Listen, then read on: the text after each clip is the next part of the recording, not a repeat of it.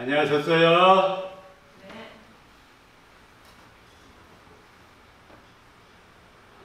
저는 농화인교회 나가는 김중태 집사입니다.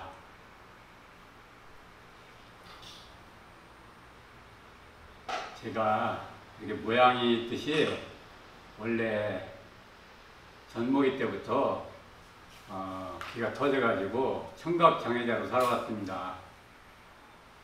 살아왔다는 것이 표현이 적절치 않습니다.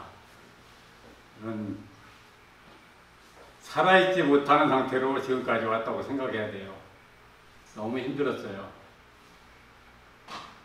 왜 그러냐면 듣지 못하니까 이게 사람들 속에서 항상 대화가 이루어지는 것인데 제가 듣지 못하니까 항상 엉뚱한 소리를 합니다. 근데 이 장애인들은 고집이 세고요, 자존심이 세요. 그러다 보니까 듣지도 못했는데도 자기가 듣지 못하는 걸 사람들이 모르게 하기 위해서 그냥 들은 척 고개 끄덕끄덕 합니다. 그리고 뭐 물어본다든가 아니면 어디다 전달을 해야 된다든가 아니면 누가 나한테 뭐를 시켰을 때 내가 그 일을 하는데 보면 엉뚱한 짓을 하는 거예요. 예. 뭐 예를 들어 뭐 가져오라 그러면 가져오라고 한 것을 가져오는 게 아니고 듣지 못했기 때문에 생각해가지고 마음속으로 넘겨 짚어서 가져오거든요. 그게 맞겠습니까? 그게 세상에서 통하겠습니까? 예, 통하지 않기 때문에 전혀 세상에서 살 수 없는, 소통할 수 없는 사람으로 살아왔습니다. 그러다 보니까 말하는 것이 겁이 나죠.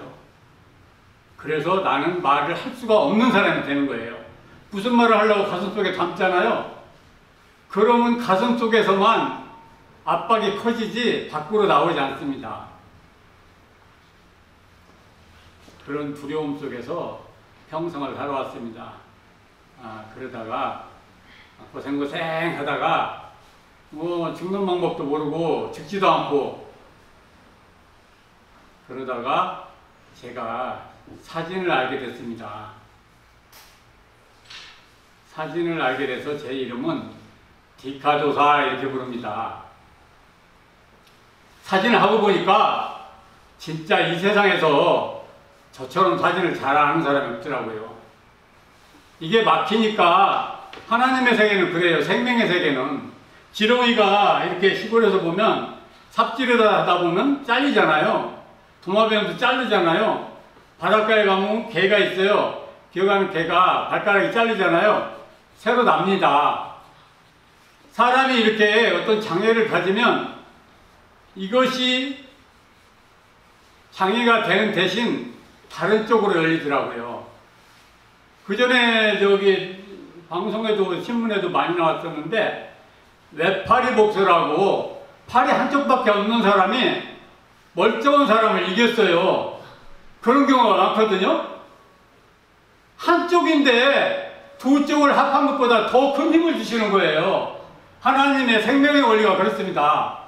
그래서 제가 이게 막히다 보니까 이쪽으로 떨린 거예요. 이게 뭡니까?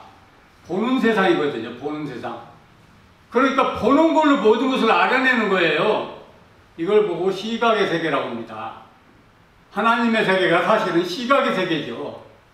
그래서 하나님의 세계는 뭐 듣지 못하는 자, 보지 못하는 자 이런 얘기가 많이 나오는데 그런 사람들이 오히려 하나님 말씀은 더 잘 듣는다 이거죠. 제가 말을 못했기 때문에 사진을 너무 잘했는데도 나가서 사진을 내가 이렇게 잘한다 말할 수가 없더라고요. 안 통해요.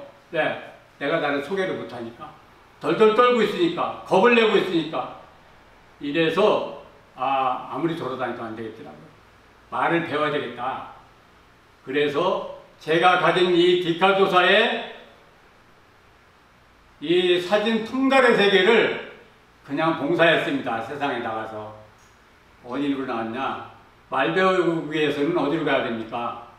사람 많이 모이는데 사람 있는 곳에 나가지 못했기 때문에 사람 있는 곳으로 갔습니다.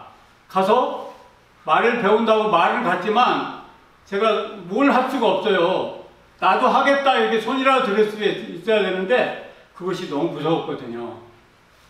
누가 나를 시키는 것도 무서운데 내가 하겠다고 하는 거는 이건 엄청난 이 하늘을 들어 올리는 것처럼 지구를 들어 올리는 것처럼 힘든 일이에요. 그래서 봉사를 했습니다. 사진봉사. 그러다 보니까 이 디칼로사라는 사람이 진짜 사진이 거짓말을 못하잖아요.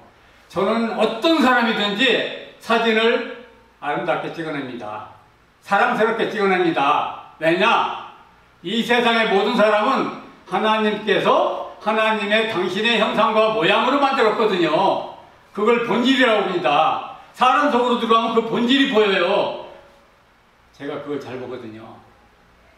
그래서 본질을 찍어내니까 누구든지 아름답게 찍어낼 수가 있는 거예요. 저는 이 자리에 서서 장담합니다. 왜? 제가 항상 그렇게 잘 알고 할 수 있으니까. 뭐라고 하냐? 누구든지 저를 테스트해 보십시오. 사진 안 나오는 사람, 나는 죽어도 사진 찍기 싫어 하는 사람 저한테 와서 그냥 찍어드릴 테니까 해보십시오 하거든요. 그래가지고 모든 사람의 병을 고쳐주다 보니까 이 모든 사람의 병이라는 게 뭡니까? 내가 사람 앞에서 자신감을 잃는 것이거든요. 내가 나를 나타낼 수 없을 때 내가 사진 찍을 수도 없을 만큼 못생기고 형편없는 사람이 됐을 때 사람 앞에서 나를 드러낼 수가 없는 거예요. 이것을 고쳐주니까 사람들이 다 좋아하잖아요. 그래서 저를 불러대더라고요. 제가 밤을 새워서 머리가 터질 정도로 눈이 안 보일 정도로 일을 해도 끝이 없어요. 왜? 이 사진이 공짜로 주는 사진이 아닌데 공짜로 주니까 너도 나도 부르잖아요. 안 부르면 바보죠. 그러다 보니까 하나님께서 그러시더라고요. 너 그러다가 죽는다. 제가 죽는 것이 뭔데 뭐라는 것을 그때 알았어요. 한 2번 나타났는데 아 그럼 어떻게 해요? 그랬더니 누가 너를 사진 찍으러 오라고 부르면 거기 가면 사진 찍어줍니까? 물어보래요. 사진 안 찍어주면 안 갑니다. 그러래요. 거기 가서 저를 말을 시켜주면 제가 가겠습니다. 아 그러니까 큰 어떤 이 교회 행사 이런데 프로그램이 없잖아요. 저는 집사밖에 안 되는데요. 목사님들도 거기 끼기 힘드신데요. 제가 안 간다고 하니까 저를 필요로 한 분들은 프로그램 속에다가 제 시간을 넣어주시더라고요. 그렇게 해가지고 여기 나가는데 제가 여기 나갈 사람이 아니잖아요. 그래서 하나님께 그랬어요. 여기 못 나가는데 준비도 못하게 하세요. 준비하면 생각 자체를 못하게 하세요. 머리가 터질 것 같아요. 그럼 어떻게 해요? 그랬더니 너는 원래 벙어리잖니. 벙어리라는 거예요. 제가 벙어리 맞잖아요. 원래 여기서 뭐 쓰러지는 사람이에요. 피임이 끊기는 사람이에요. 그러니까 더 무섭고요. 그런데 무조건 가서 서라. 서서 질러라. 그러면 내가 너를 쓰겠다. 그런 소리를 하나님께서 하시는 소리를 들었어요. 그래서 제가 날마다 하는 일은 오직 먹고 살기 위해서 다니는 게 아니고 여기 나와서 지르는 거 하나만 기다리고 하루 종일 기다립니다. 그리고 그것만 쫓아갑니다. 그러다 보니까 오늘 제가 말하죠. 하나님께서 이렇게 고쳐주시더라고요. 근데 이건 말이 아닙니다. 제가 항상 어린애라고 합니다. 이거는 어린애가 지금 한 발을 뛸까 말까 하고 간신히 뛰었을까 말까 하다가 넘어지기도 하는 이런 상황이거든요. 이런 어린애거든요.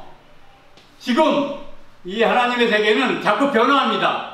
기독교는 지금 변화해서 멈춰버렸어요.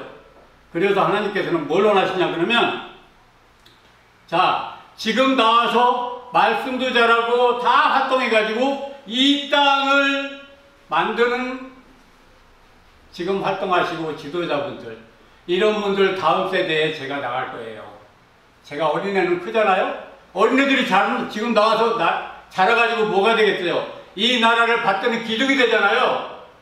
이 뒷가로사 어린애가 벙어리가 천천히 자라서 굉장히 빠르게 자라거든요. 그래도 하나님께서 분명히 이 세상을 바꾸는 그게 바꾸는 게 별게 아니더라고요. 사진이 안 나오는 거를 어떻게 하면 나오는가? 미처의 원리, 아름답고 아름답지 못한 이 문제를 해결하는 그 방법이 제가 누워서 떡먹기거든요.